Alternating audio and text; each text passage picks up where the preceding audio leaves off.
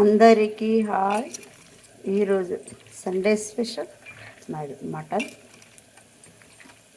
ఈ మటన్లో నేను ఎప్పుడు చెప్తా అంట, బియ్యం కడిగిన నీళ్ళని పోసి కడిగి 2-3 సార్లు మంచిగా కడిగినాక ఉప్పు కారం అల్లం మనం ఫ్రెష్గా అప్పటికప్పుడు మసాలా పసుపు గరం మసాలా ఇవన్నీ వేసి మనం ఒక 10 నిమిషాలు పట్టించి పెట్టేసిన.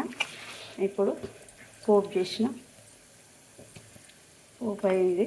పచ్చిమిర్చి ఉల్లిగడ్డలు మనం కొంచెం పచ్చి వాసన పోయేదాకా ఉంచి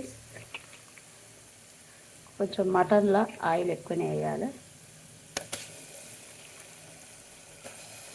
కూరగాయలల్లో తక్కువ వేసుకున్నా పర్వాలేదు, కానీ మటన్లో మాత్రం కొంచెం ఆయిల్ ఎక్కువ వేసుకుంటే మటన్ చాలా టేస్ట్గా ఉండాలంటే మనకు కొంచెం వేట తప్పదు. మరి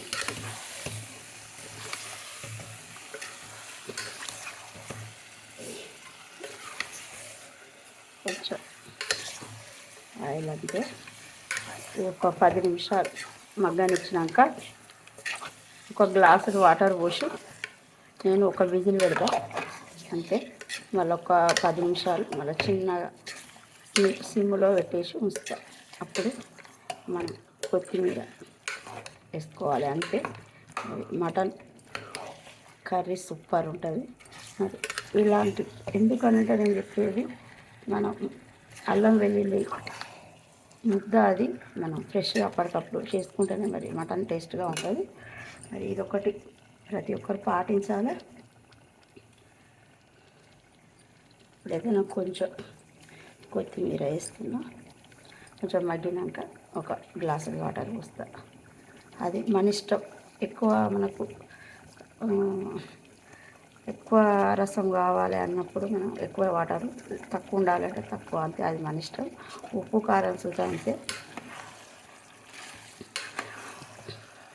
కానీ ఇవన్నీ మనం వీటికి పట్టించుకోవాలి. ఒక 10 నిమిషాలు పక్కన పెడితే సూపర్ ఉంటుంది మటన్.